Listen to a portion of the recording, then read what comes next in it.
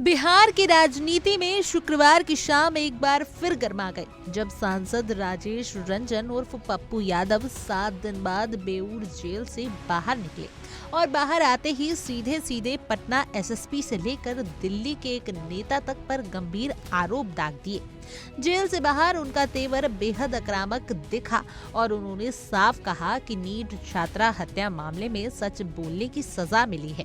पप्पू यादव ने दावा किया कि उन्हें जानबूझकर फंसाया गया ताकि उनकी आवाज दबाई जा सके और इसे पूरे मामले के पीछे राजनीतिक साजिश काम कर रही है। जेल से रिहा होते ही पप्पू यादव ने कहा कि उनके खिलाफ कोई भी क्रिमिनल रिकॉर्ड नहीं है, इसके बावजूद फिजूल के मामले में उन्हें जेल में रखा गया। उन्होंने बिहार सरकार पर जमकर हमला बोला और आरोप लगाया कि उन्हें अपमानित करवाने और मरवाने तक की साजिश रची गई थी। पप्पू यादव ने कहा कि इस कथित साजिश में एक बिहार के नेता, एक दिल्ली के नेता, पटना एसएसपी और दीपक कुमार की भूमिका रही।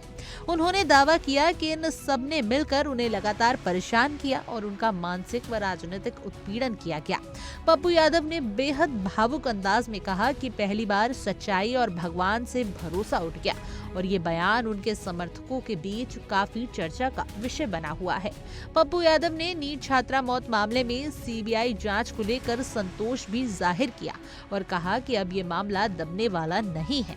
उन्होंने साफ कहा कि इस केस में सबका कॉल डिटेल निकलवाया जाएगा और जो भी दोषी है वह बचेगा नहीं। उन्होंने कोचिंग की छत से गिरकर जान गंवाने वाली छात्रा के परिजनों से मुलाकात का जिक्र भी किया और मांग की कि मामले की गहनता से जांच हो।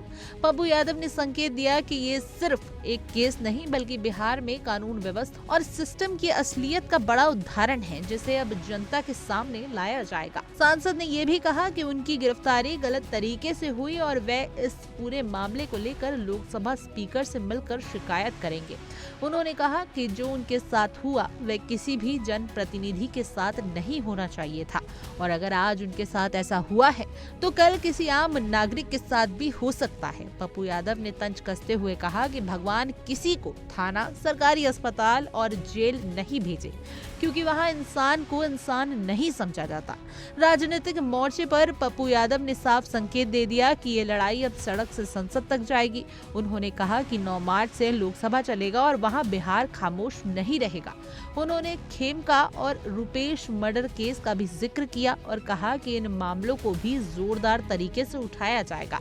पप्पू यादव के तेवर से ये साफ दिख रहा था कि वे अपनी गिरफ्तारी को मुद्दा बनाकर बिहार सरकार और पुलिस प्रशासन पर सीधा हमला तेज करना चाह रहे हैं।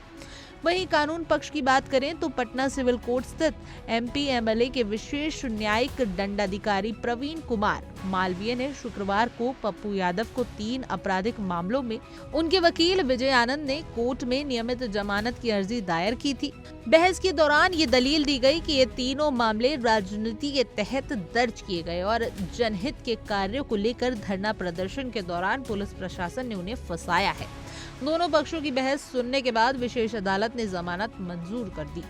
बताया गया कि पप्पू यादव को पटना के कुल 4 आपराधिक मामलों में जमानत मिली। बॉन्ड दाखिल होने के बाद एमपी एमएलए की विशेष अदालत ने बेऊर जेल के अधीक्षक को सांसद को जेल मुक्त करने का आदेश जारी किया, जिसके बाद देर शाम उन्हें रिहा कर दिया गया। अब पप्पू यादव की रिहाई सिर्फ एक कानूनी खबर नहीं रही बल्कि बिहार की राजनीति में नया तूफान बन चुकी है, क्योंकि जेल से निकलते ही जिस अंदाज में उन्होंने सरकार, पुलिस और नेताओं पर निशाना साधा उससे साफ है कि आने वाले दिनों में ये मामला और भी ज्यादा सियासी मसालेदार होने वाला है। Bureau report, India daily, Bihar Jharkhand.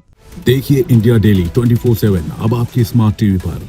India daily मौजूद है सभी डिजिटल प्लेटफॉर्म पर लाइव और लगातार। इंडिया डेली 24/7 हर दिन राष्ट्र को समर्पित।